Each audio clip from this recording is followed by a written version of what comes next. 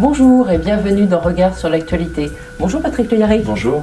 Alors on commence tout de suite par une bonne nouvelle. Après 40 jours, les prisonniers palestiniens ont décidé de suspendre leur grève de la faim lancée le 17 avril. Ils ont obtenu satisfaction sur une grande partie de leurs revendications, notamment concernant la fin des restrictions des visites familiales, l'amélioration de l'accès aux soins médicaux et les conditions de détention. Alors Patrick, quel rôle a eu la mobilisation internationale à laquelle vous avez participé dans ce bras de fer avec Benyamin Netanyahou ? Il y a eu une combinaison du mouvement du peuple palestinien, de la rue palestinienne elle-même, autour des femmes, des familles qui ont quelqu'un dans les prisons israéliennes aujourd'hui et qui faisait grève de la faim, et un mouvement international, effectivement, un peu partout dans le monde, particulièrement en Europe, et ceci a obligé le gouvernement israélien à enfin discuter avec Marwan Barghouti, ce qui est un acte extrêmement important. Donc c'est la combinaison des deux. Maintenant, il faut aller plus loin parce que c'est la libération définitive de ces prisonniers qu'il faut obtenir. Alors justement, est-ce que cela renforce la position de Marwan Barghouti en tant qu'interlocuteur et que leader politique du Fatah ? Oui, je crois, parce que Marwan Barghouti, c'est une grande figure, même dans les prisons. C'est lui qui a fait l'accord des prisonniers. Il a mis autour de la table toutes les factions qui existent, politiques en Palestine, pour faire cet accord, c'est-à-dire un mini-programme de gouvernement de la Palestine. Donc il est un leader naturel et s'il était libéré, il ne serait pas un problème pour les Israéliens, il est plutôt une solution pour l'État palestinien, mais aussi pour la sécurité du peuple israélien lui-même. Alors, on va élargir un petit peu la question. Emmanuel Macron vient de faire ses premiers pas très commentés sur la scène internationale.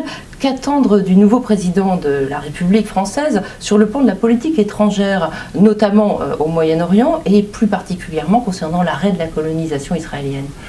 Pour l'instant, il n'y a pas de prise de position nette, malheureusement. Il faudrait que la France s'engage au sein et avec les autres États de l'Union européenne pour dire que ceci est contraire au droit international. Il n'y a pas besoin de faire de la propagande politique. Il suffit d'utiliser le droit international qui considère la colonisation comme tout à fait illégale, comme le mur est illégal.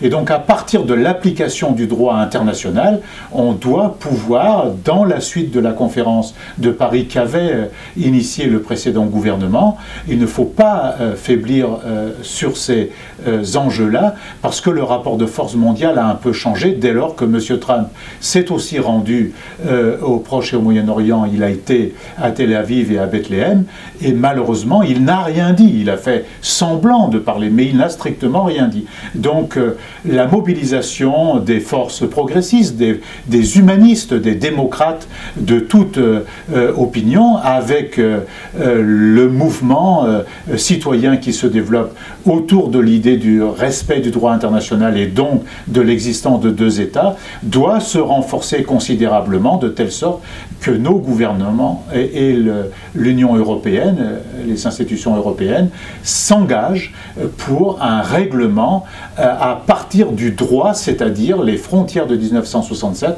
avec Jérusalem-Est comme capitale.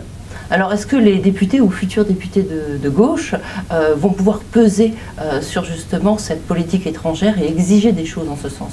On le souhaite parce que c'est cette majorité au Parlement, au Sénat comme à l'Assemblée nationale, qui a voté la reconnaissance de l'État palestinien. Malheureusement, le président de la République aurait dû se saisir de ce vote-là et considérer qu'il avait un mandat pour peser en faveur de cela. Alors il y a ce premier pas, je répète, de la conférence de Paris, mais il aurait dû symboliquement reconnaître l'État palestinien. Le président de la République actuel pourrait le faire, mais évidemment, il faut vraisemblablement, sans tarder, prendre des dispositions pour avoir cette autre majorité de gauche dans le Parlement, notamment l'Assemblée nationale à venir.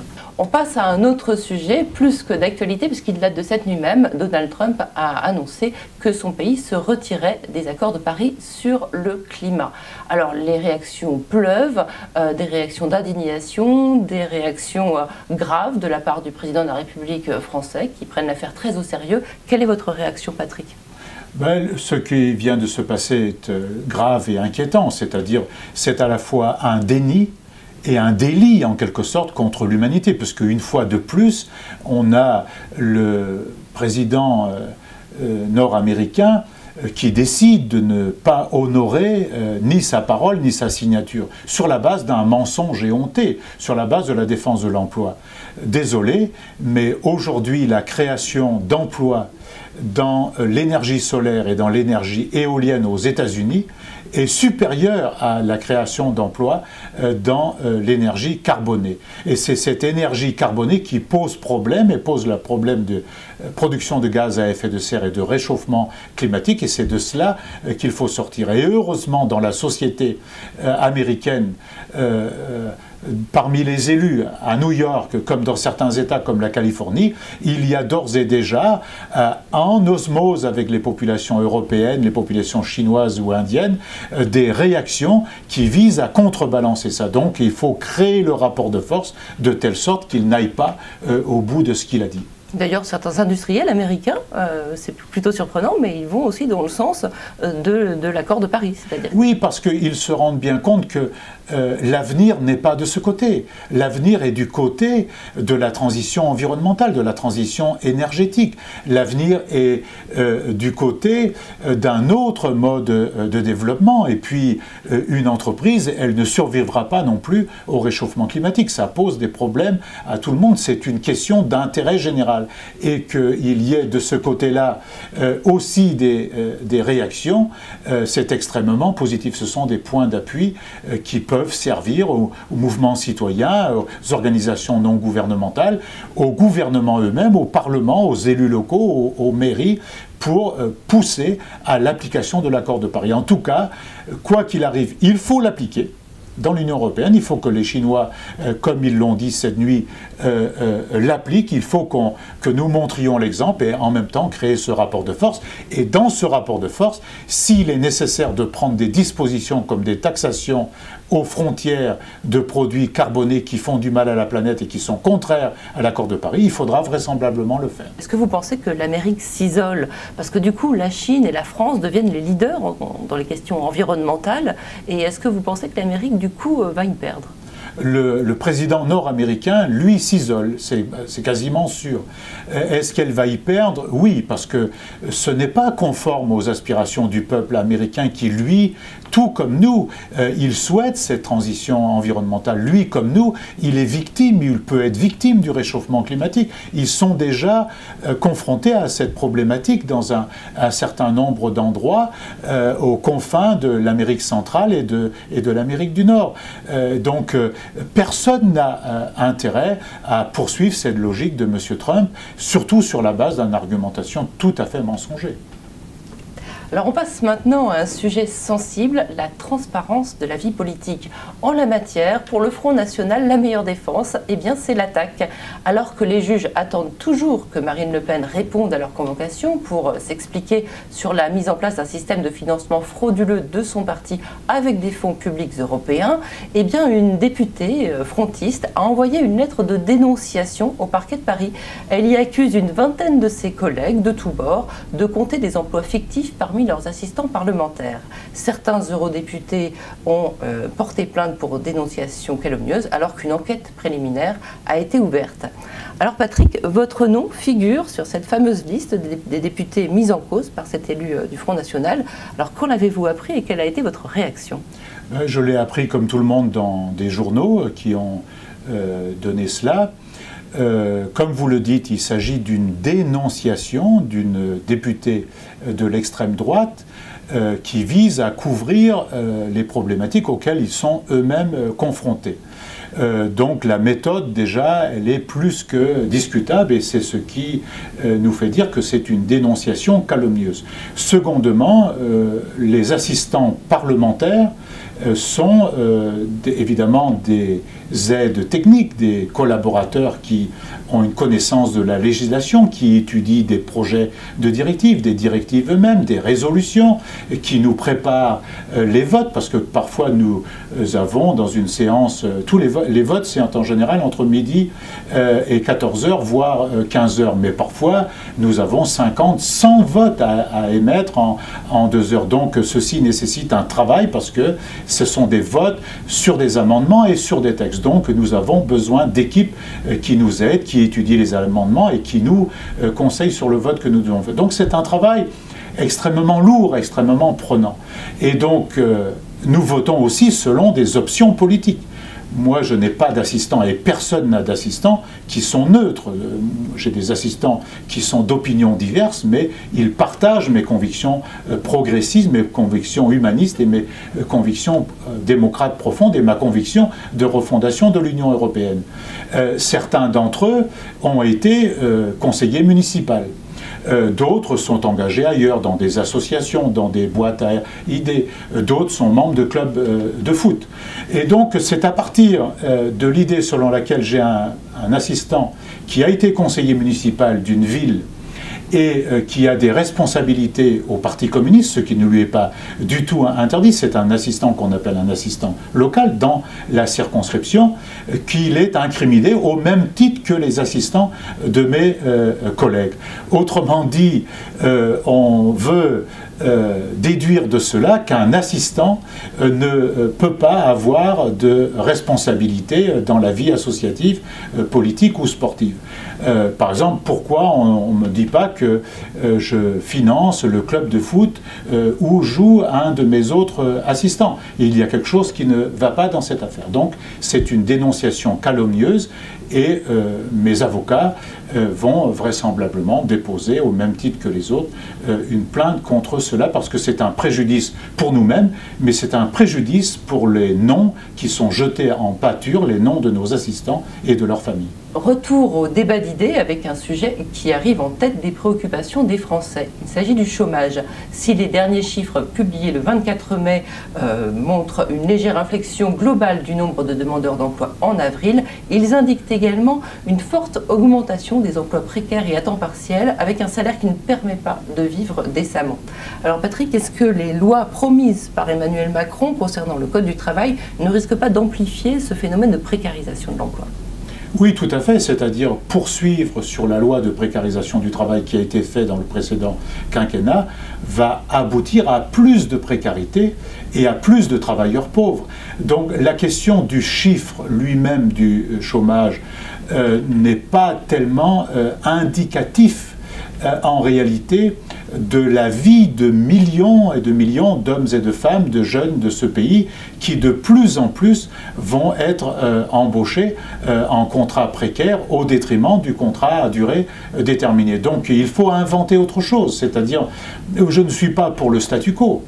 Il faut un code du travail adapté aux conditions de notre temps, mais un code du travail qui considère aussi les problématiques nouvelles, c'est-à-dire la concurrence, l'intensification, la volonté d'accentuer la compétitivité des entreprises a des conséquences sur la vie des salariés au travail eux-mêmes, des conséquences sur leurs conditions de travail, sur leurs conditions de vie. D'ailleurs, l'éloignement, même ne serait-ce qu'entre le travail et le lieu d'habitation, a lui-même des conséquences. Donc, c'est tout cela qu'il faudrait voir, mais il faudrait le revoir, non pas dans le sens de la précarisation, non pas dans le sens de ce que réclame le MEDEF, c'est-à-dire il faut détruire les conquis sociaux prétendument à cause de la compétitivité. Il faudrait inverser le raisonnement et dire nous voulons un autre monde, un monde harmonieux où on augmente les niveaux sociaux et les niveaux salariés dans l'ensemble du monde, dans l'ensemble des entreprises, à commencer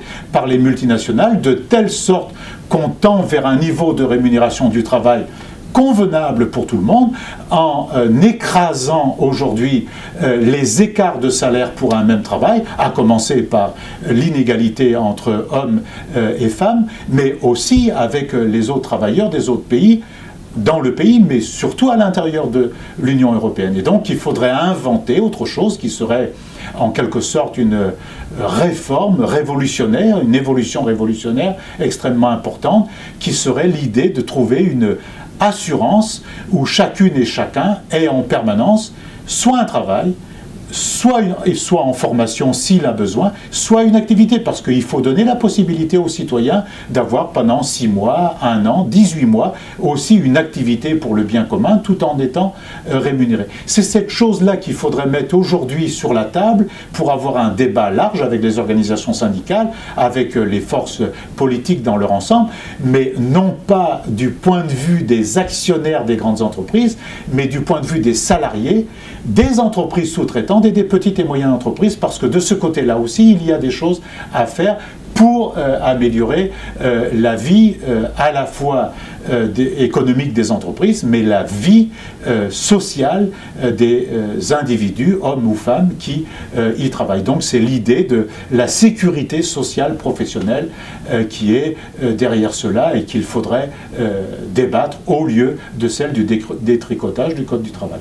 Alors ça, c'est une grande loi portée sans doute par les députés ou futurs députés de gauche qui vont être à l'Assemblée bientôt. Mais quelqu'un comme ça qui est au chômage, qui a un problème d'accès à l'emploi, qu'est-ce qu'on peut faire concrètement pour lui ? Ça dépend quelle est sa situation. Si c'est une question liée à la formation, il faut ouvrir des droits à la formation et même la possibilité d'aller dans des entreprises pour voir les métiers, parce qu'il y a aujourd'hui des métiers nouveaux et il y aura demain des métiers nouveaux. Donc il faut ouvrir le droit à la formation. D'autre part, il y a la question de l'embauche dans les entreprises elles-mêmes, c'est-à-dire le développement de leur activité. C'est-à-dire, aujourd'hui, il faut permettre à des gens qualifiés d'avoir accès à l'emploi, particulièrement les jeunes, et notamment les jeunes des banlieues qui sont extrêmement spoliés. Troisièmement, peut-être qu'il faut, dans un certain nombre d'endroits, dans un certain nombre de branches, rediscuter de la question du temps de travail. Parce que la réduction du temps de travail est créatrice d'emplois. De même, peut-être faut-il rediscuter de la question de la retraite. Il est sûr qu'il y a quelque chose qui ne va pas. On ne peut pas dire aux parents et aux grands-parents « toi, tu restes au travail et tu auras une mauvaise retraite quand tu continueras à travailler jusqu'à 65, 67 ans, peut-être 70 ans demain, quand le fils et le petit-fils sont au chômage. » Il faut un autre projet de société, c'est-à-dire que celui qui a fait sa carrière, entre guillemets, qui désire aller à la retraite, doit pouvoir accéder à la retraite à taux plein à 60 ans, et les jeunes doivent accéder au travail. C'est une autre façon de raisonner la société dans laquelle nous sommes aujourd'hui. Alors, autre sujet, le terrible attentat de Manchester a ouvert la voie à la prolongation de l'état d'urgence en France. Or, un rapport d'Amnesty International révèle cette semaine que les autorités, sous couvert de lutter contre la menace terroriste, ont entravé l'an passé la participation de manifestants à des rassemblements publics. Il pointe aussi une aggravation du recours à la violence par les forces de l'ordre, notamment lors des manifestations contre la loi travail. On écoute Nicolas Crémeyer, responsable du programme Liberté à Amnesty International France, et Laurent Théron, un père de famille qui a perdu un œil le 15 septembre dernier suite à un tir de grenade par un CRS alors qu'il manifestait pacifiquement. Aujourd'hui, on sort un rapport sur le droit de manifester en France qui a été particulièrement restreint depuis à peu près 18 mois et l'instauration de l'état d'urgence en France. Ce que ce rapport documente, c'est à la fois des restrictions totalement disproportionnées au droit de manifester à cause des mesures de l'état d'urgence, mais aussi des stratégies de maintien de l'ordre et d'usage de la force qui créent des violations inacceptables au droit de manifester.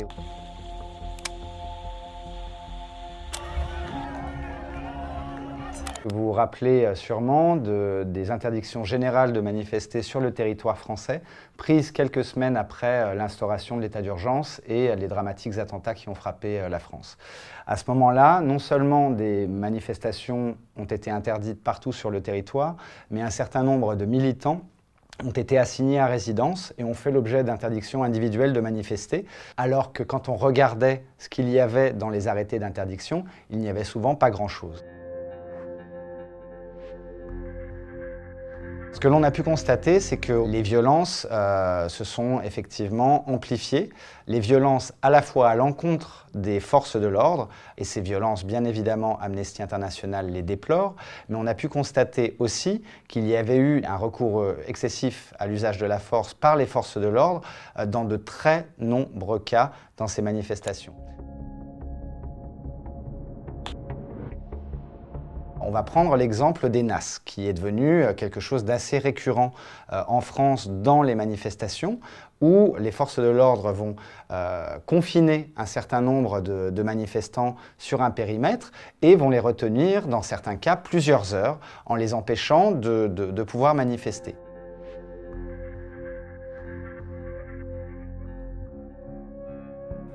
Donc une grosse explosion et puis une douleur à l'œil qu'on n'imagine pas en fait. Et je hurle. Voilà, je hurle, une sorte de cri, on peut dire, pour évacuer la douleur, quoi. Je hurle de toutes mes forces.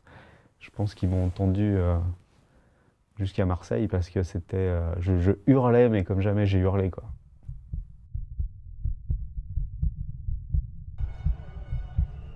Rien n'a été mis en place par les autorités françaises pour permettre de comptabiliser ces violences disproportionnées. Il y a vraiment une sous-estimation totale des violences commises à l'encontre des manifestants, notamment à l'encontre des manifestants pacifiques, que nous avons pu constater en étant observateurs sur le terrain et en recueillant de multiples témoignages allant dans ce sens. On voit bien que les autorités françaises voient aujourd'hui la possibilité de manifester d'abord et avant tout comme une menace de trouble à l'ordre public avant d'être tout simplement une liberté fondamentale liée à l'expression des citoyens. Alors, comment garantir la liberté d'expression et de circulation et bien sûr de manifestation des citoyens tout en combattant efficacement la menace terroriste? Oui, bah c'est la difficulté auquel on est en permanence confronté. En tout cas, il faut en permanence garantir l'expression démocratique, garantir les libertés, y compris la liberté de manifester, bien évidemment. Il y a des manifestations pour des questions sociales, pour des questions environnementales, pour des questions de société elle-même ou de progression de la société. D'ailleurs, c'est souvent le fait que des gens s'engagent manifeste qu'on a fait progresser des droits, les droits des femmes, les droits des homosexuels, le mariage pour tous dans sa première phase a été porté par ces mouvements. Des conquêtes sociales aussi ont été portées par des grandes manifestations, des conquêtes démocratiques et des conquêtes pour les libertés. Donc la question de l'expression démocratique et donc de pouvoir marcher dans la rue ensemble pour dire un certain nombre de choses doit être garantie.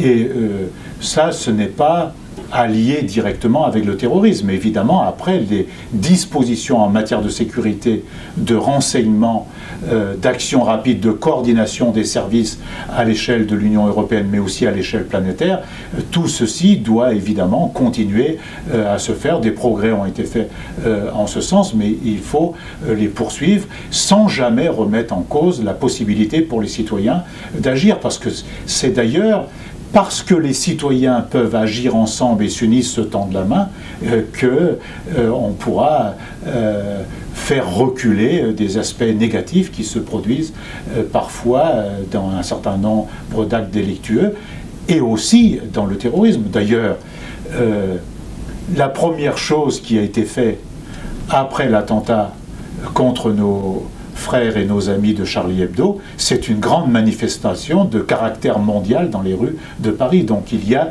quelque chose qui ne va pas entre les deux. C'est qu'on a eu des autorités publiques, le président de la République en tête, qui conduit cette manifestation, et quand bien même on nous empêcherait de manifester pour nos droits sociaux ou pour les libertés. Donc l'état d'urgence n'existe pas dans un certain nombre d'autres pays qui sont autant ciblé que nous en matière d'attaque terroriste. Donc ce n'est pas l'état d'urgence lui-même qui règle nos problèmes. L'expérience est en train de le montrer. Donc il faut inventer autre chose et au contraire en faisant participer en permanence les citoyens à la sécurisation, à leur sérénité et à leur sécurité.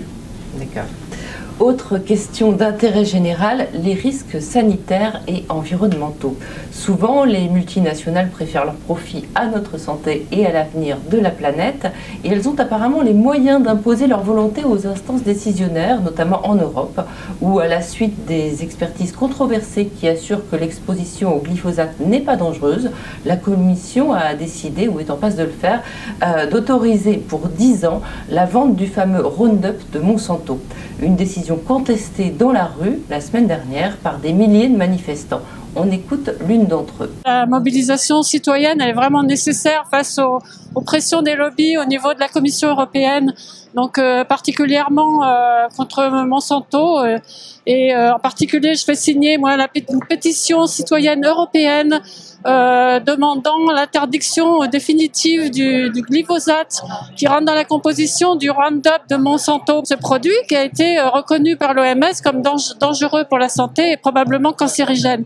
Il y en a assez de voir que la Commission européenne obéit au lobby et il faut absolument une défense des citoyens pour qu'ils aient droit à participer au choix de vie, comme ça, c'est vraiment une question de vie ou de mort, et de défense de la planète aussi. Alors, quel est le pouvoir des citoyens, des élus nationaux et européens contre des lois imposées par les géants de l'agroalimentaire, de la pharmacie ou de la chimie? On a l'impression qu'ils se sentent très impuissants, ces gens. Moi, je ne crois pas qu'ils soient impuissants. L'idée de l'initiative citoyenne, c'est-à-dire qu'on réunisse 1 million de signatures pour obliger la Commission à en débattre avec le Parlement européen, c'est une bonne initiative. D'autre part, le Parlement européen a déjà voté par 2 fois des résolutions contre le glyphosate. Et évidemment, la Commission, pour l'instant, ne suit pas, malgré nos demandes, malgré nos recommandations, enfin, en tout cas des groupes, de tous les groupes progressistes du Parlement européen. Donc, cette action doit se poursuivre. Maintenant, Monsanto est sur la sellette. Ils ont même triché un peu dans les analyses qu'ils ont fournies. Et je crois que la clarification est en train de se faire, la prise de conscience est en train de se faire, et moi j'ai bon espoir qu'on les fera reculer. D'accord. Et alors, justement, que pensez-vous des propositions faites par François Bayrou hier pour redonner confiance à la vie démocratique? Notamment, est-ce que ça va assez loin concernant la lutte contre les conflits d'intérêts? Parce qu'avec les lobbies, on est bien là. D'abord, ce qu'il faut dire, c'est que il y a un certain nombre de choses qui sont proposées qui sont intéressantes, qui sont positives. Je crois qu'il faut les appuyer. La suppression de la Cour de justice, le fait qu'on ne va pas faire plus de 3 mandats successifs dans la même fonction. Donc il y a beaucoup de choses extrêmement intéressantes là-dedans. Mais effectivement, il y a après d'autres questions qu'il faut regarder de plus près. Moi, je suis toujours étonné qu'on puisse passer d'un cabinet ministériel avec une fonction à une responsabilité dans une grande entreprise privée. Je dis bien une responsabilité, c'est-à-dire de cadre, d'orientation stratégique de l'entreprise. Et ce n'est pas toujours conforme au bien commun. Évidemment, une entreprise privée défend ses propres intérêts, des intérêts privés. Je ne dis pas qu'elle ne défend jamais le bien commun, mais chacun voit bien la tendance dans ce capitalisme financiarisé. Donc, même ça devrait être vu. Il y a une commission de déontologie, mais c'est insuffisant aujourd'hui. Je vois encore des gens qui sortent des cabinets, qui ont eu à traiter des dossiers, puis qui se retrouvent après dans le privé, dans des hautes fonctions. C'est-à-dire cette consanguinité qui existe aujourd'hui entre la formation dans un type de grandes écoles, des responsabilités à la Commission européenne, dans l'administration du Parlement européen, dans les gouvernements, dans l'administration de nos États eux-mêmes, est très mauvaise et donc ne favorise pas toujours la prise de décision pour le bien commun et conduit parfois à camoufler un certain nombre de choses et fait effectivement ce que vous dites du conflit d'intérêts, mais pas au sens où on l'entend parfois. D'autre part, la moralisation ne suffit pas. Il faut de la moralisation, ça c'est impératif, mais il faut de la démocratisation de la vie politique. Et donc, il faut un statut de l'élu. S'il n'y a pas de statut de l'élu, ce seront les mêmes catégories socio-professionnelles qui seront demain des élus. Il n'y aura plus demain d'ouvriers, plus d'employés, plus de chômeurs qui pourront accéder à un mandat local, mais surtout à un mandat départemental, régional ou un mandat national de parlementaire. Or, il faut le statut de l'élu de telle sorte que l'élu soit protégé et qu'il ait la possibilité de revenir, qu'il ait la garantie de revenir à son travail après. Il faudrait la proportionnelle à chaque élection, parce que la proportionnelle, d'abord, permettrait l'accès à plus de femmes dans des postes et dans des fonctions électives, dans des responsabilités électives et décisionnaires, mais aussi des catégories qui aujourd'hui deviennent, comme on dit parfois, les invisibles de la société. Or, si c'est toujours les mêmes qui légifèrent en petits cercles entre eux, eh bien, on ne sortira pas des difficultés dans lesquelles nous nous trouvons aujourd'hui. Donc, il y a des choses à apprendre, et puis il y a des manques qu'il faudra combler dans les prochaines semaines. Pour finir, alors que l'été se profile, il est temps d'évoquer les vacances. En France, un adulte sur 2 et un enfant sur 3 ne partent pas. Or, le fait de n'être jamais sorti de sa ville ou de son quartier peut devenir un handicap social pour un enfant. C'est pourquoi le Secours populaire organise chaque année des séjours au soleil pour des familles qui n'ont pas les moyens de partir en vacances ou qui ne s'y autorisent pas. Le 24 mai, c'était le premier départ de la saison. 450 personnes prenaient la direction de Tarnos, dans les Landes. Nous les retrouvons sur le quai, juste avant le départ de leur train. C'est la première fois que je pars en vacances avec mes enfants et avec Secours populaire. On profite à la plage, à la piscine, on fait le vélo, on fait plusieurs activités. Ça fait 5 ans qu'on n'a pas parti en vacances. Les enfants ils sont trop contents parce que c'est la première fois qu'on part en famille. Je suis pas partie en vacances depuis très longtemps. On va aller jouer, on va faire des châteaux et on va aller nager. Je pars en vacances avec mon père, ma mère, mon petit frère, l'autre petit frère et moi. Bonjour. Vous êtes une animatrice du Club Med? Oui? Non. J'aimerais bien. Ça fait combien de temps que vous n'avez pas vu la mer? Mais ça fait longtemps, on était tout petits. Ouais. On est partis en Vendée. La première fois, je pars en vacances avec mes 2 enfants. Voilà. Parce que sinon, j'aurais pas les moyens. La colo, c'est bien, mais de partir aussi avec les enfants, ça laisse des souvenirs en fait. Ça serait une famille, il reste une dernière famille et on sera hop. La mer qu'on voit danser le long des golfes clairs a des reflets d'argent. La mer, des reflets changeants sous la pluie. La mer au ciel d'été. Alors au regard de ce reportage, quel rôle devrait selon vous jouer l'État et les collectivités locales pour faire du droit aux vacances une réalité pour tous? Certaines collectivités locales font déjà un certain nombre de choses. Les centres aérés, en dehors de leur propre ville, les colonies de vacances, un certain nombre d'activités, mais effectivement, elles souffrent d'un manque de moyens, à tel point que des collectivités locales, des mairies essentiellement, aujourd'hui, suppriment des centres de vacances qu'elles avaient. Et donc, ceci est à revoir, c'est-à-dire on ne peut pas s'engager dans la proposition qui est faite en ce moment de supprimer les recettes fiscales des collectivités territoriales. Sinon, c'est cela qu'on va réduire, c'est-à-dire la possibilité pour des enfants, pour des jeunes, de sortir de leur quartier, de sortir de l'endroit où ils vivent tout du long de l'année, avec tout ce que cela comporte. Donc, la question des moyens et donc de la sortie des critères budgétaires imposés par la Commission européenne, elle se pose. Et heureusement qu'il y a des associations comme le Secours populaire, dont on ne rendra jamais assez hommage, aux bénévoles, aux encadrants, à sa direction, au premier rang desquels mon ami Julien Lauprette, que je veux une nouvelle fois saluer, qui, elles, font des efforts considérables, vont chercher les moyens pour offrir une journée ou quelques jours de soleil, de vacances, de mer, de montagne ou de campagne à des enfants qui en ont beaucoup besoin. C'est une œuvre d'utilité publique, il faut les soutenir, mais évidemment, l'État lui-même doit prendre en compte cette donnée. Tout n'est pas que de la comptabilité. Il y a la vie humaine, il y a la vie de ces jeunes et leur émancipation, leur accès à autre chose que leur quartier. C'est aussi la mixité sociale, parce qu'on peut imaginer qu'on part en vacances avec d'autres gens, qu'on s'ouvre à des réalités qu'on ne connaît pas, pour les uns ou pour les autres. Tout à fait, on discute, on fait connaissance avec d'autres, parfois avec d'autres milieux, d'autres régions, d'autres villes, bien évidemment, d'autres histoires aussi, et tout ça enrichit les uns et les autres. Et donc il ne faut pas se satisfaire de ce qu'on est en train de nous imposer petit à petit. Merci Patrick Le Yarrick. Voilà, merci. On se retrouve très bientôt pour un nouveau numéro de Regard sur l'actualité.